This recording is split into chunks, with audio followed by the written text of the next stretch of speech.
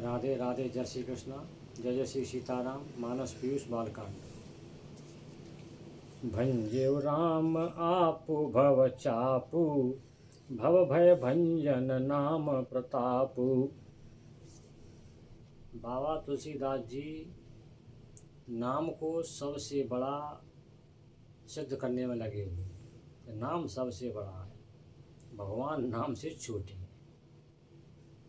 बाबा कहते हैं कि आपने महाराज भव चापू, शिव जी के धनुष को अपने आप तोड़ डाला। तो क्या हो गया?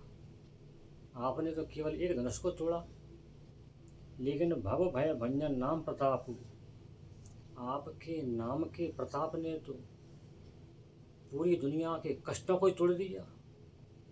जितने भी भक्त हैं, जिन जिन ने आपका नाम जप किया, उनके सारे भय समाप्त हो गए। न तो उनको मृत्यु का भय है, न उनको बीमारी का भय है, न उनको अपमान का भय है, किसी प्रकार का भय ही नहीं है। मतलब बिल्कुल भयमुक्त हो गए। तो क्या हो गया? आपने के धनुष को तोड़ा, बस आपके नाम ने तो कितनों की कष्टों को तोड़ दिया। तो आपका नाम आपसे बड़ा। अब देखो बाबा किस किसी विवेचना करते हैं। अब जो व्याख्याकार उन्होंने कहा है, बात भी सही है। शंकर जी भगवान कल्याणदायक हैं, अपने भक्तों का उद्धार करते हैं, लेकिन दुष्टों का संहार करते हैं, दुष्टों को मारते भी हैं। और जो नाम जापक हैं, वो नाम जापक भगवान शंकर जी के शरण में जाते हैं। तो भगवान शंकर सभी नाम जापकों की रक्षा करते हैं। जिसने शिव जी के सामने बैठकर नाम जप किया, यही बात तो हमारे केली कुंज वाले गुरु महाराज कहते हैं कि मैंने बनारस में भोलेनाथ के आगे बैठकर, काशी विश्वनाथ जी के आगे बैठकर राधा राधा नाम जप किया, वहाँ से मेरे ऊपर कृपा हुई, तब मुझे वृंदावन भेजा उन्होंने। तो सही कहते हैं, जिसने शिव जी के सामने बैठकर नाम जप किया, उसको शिव जी इतनी भक्ति प्रदान कर देते हैं कि वो भक्ति में रम जाता है और उसे किसी प्रकार का कोई भय नहीं रहता है। तो ये बाबा कह रहे हैं कि आपने धनुष तोड़ दिया तो क्या हो गया? धनुष के लिए आपने गतार नहीं उठाया था, कोई बहुत बड़ा परिश्रम नहीं किया, आपके छूटे ही टूट गया वो तो। लेकिन जो आपके नाम महाराज है ना, उन्होंने तो पापियों का उद्धार कर दिया।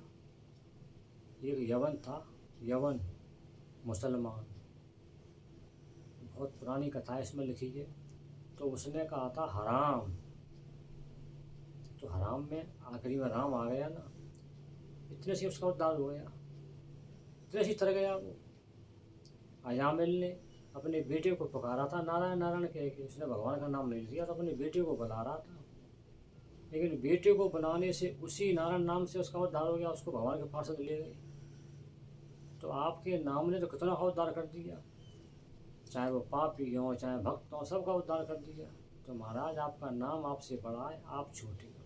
ये बाबा विवेचना कर रहे हैं। अब दूसरी बात क्या आती है?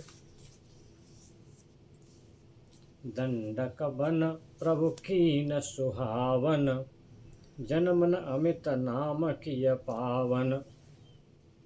जो दंडकारण्य वन था, जब वनवास के समय भगवान श्री राम उस दंडकारण्य वन में रहे थे, तो वो दंडकारण्य वन भगवान के रहने से फल फूल गया। सूखा पड़ा था, उजाड़ पड़ा था, बिल्कुल समाप्त हो गया था, उसमें कोई पौधा नहीं पैदा हो रहा था। वो हरा भरा हो गया, सब वृक्ष फल देने लगे, सब वृक्षों में फूल आ गए। क्यों था वो वन सूखा क्यों पड़ा था? क्या इसमें ऐसा क्या हो गया था? इसकी एक कथा है। वैवस्वत मुनि के पुत्र थे इक्ष्वाकु महाराज। इक्ष्वाकु महाराज के सबसे छोटे बेटा थे दंड। तो इक्ष्वाकु महाराज ने भजन करने को चले गए, वानप्रस्थ आश्रम ले लिया और दंड को अपना पूरा राजपाट सौंप गए। तो विंध्याचल पर्वत के बीच की श्रेणियों में ये दंडकारण्य वन बसा हुआ था। यहाँ पर महाराज दंड ने खूब शासन किया, आराम से रहे।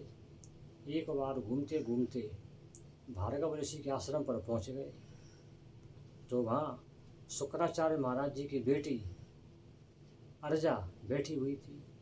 ये अर्जा को देखकर मोहित हो गए। अर्जा से कहने लगे मेरे साथ विवाह कर लो। अर्जा ने कहा देखो महाराज दंड, मैं आपके गुरु की बेटी हूँ, शुक्राचार्य जी आपके गुरु हैं, तो मैं आपकी बहन लगती हूँ, आपके साथ मेरा विवाह कैसे हो सकता है? अगर आपके मन में ऐसी बात है तो मेरे पिताजी शुक्राचार्य जी महाराज से बात कर लो, उनसे प्रार्थना करो, वो राजी हो जाए तो ठीक है मैं विवाह कर लूँगी, लेकिन ऐसे कैसे हो सकता है बिना पिताजी के पूछे? ये नहीं माने। इनके तो मन में वासना जागृत हो गई और इन्होंने उस लड़की के साथ दुष्कृत्य कर दिया और करके अपने अपने अपने घर को लौटे आई। और लड़की रोती रोती अपने पिता के शुक्राचार्य जी महाराज के पास गई। शुक्राचार्य जी महाराज ने कहा बेटी क्या हुआ? कि ऐसे ऐसे वो दंड आए थे महाराज दंड, और वो मेरे साथ ऐसा ऐसा कर गई और चले गए। अच्छा ऐसा करके चले गए? उन्होंने श्राप दिया। मैं श्राप देता हूँ कि इस दंड का जो दंडकारण्य बने हैं, जहाँ जहाँ तक राजा दंड का शासन है 100 योजन में फैला हुआ था, इतना बड़ा था, उसमें सारे वृक्ष जल जाएंगे, कुछ नहीं बचेगा। इंद्र उसमें गर्म रेत की वर्षा करेगा, धूल भरी आंधी चलाएगा, वहाँ कोई पशु पक्षी नहीं बचेगा, सब समाप्त हो जाएंगे। और ये राजा दंड ठोकर खाता फिरेगा, इसके पास कुछ भी नहीं बचेगा। इस प्रकार शुक्राचार्य जी महाराज के श्राप से वो वन पूरा उजाड़ हो गया था, उसमें कुछ भी नहीं था।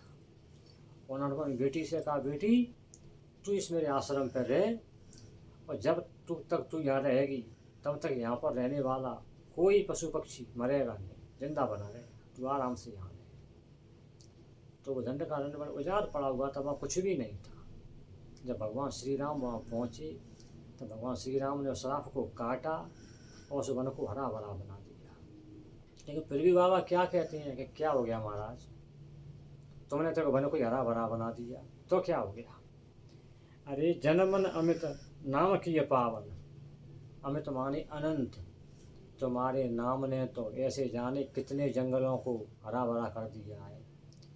जो आपके भक्त हैं ना, जो नाम जप करते हैं ना, उनके हृदय में जो काम क्रोध मद लोभ भरा हुआ है वो सब निकाल के बाहर फेंक दिया, उनको शुद्ध कर दिया, पवित्र कर दिया, जाने कितने लोगों का उद्धार कर दिया, कितने वनों को फलाभूत कर दिया। तुमने दंडकारण्य वन को फलाभूत कर दिया तो क्या हो गया? तुमने एक ही वन को किया था, तुम्हारे नाम ने तो हजारों को तार दिया।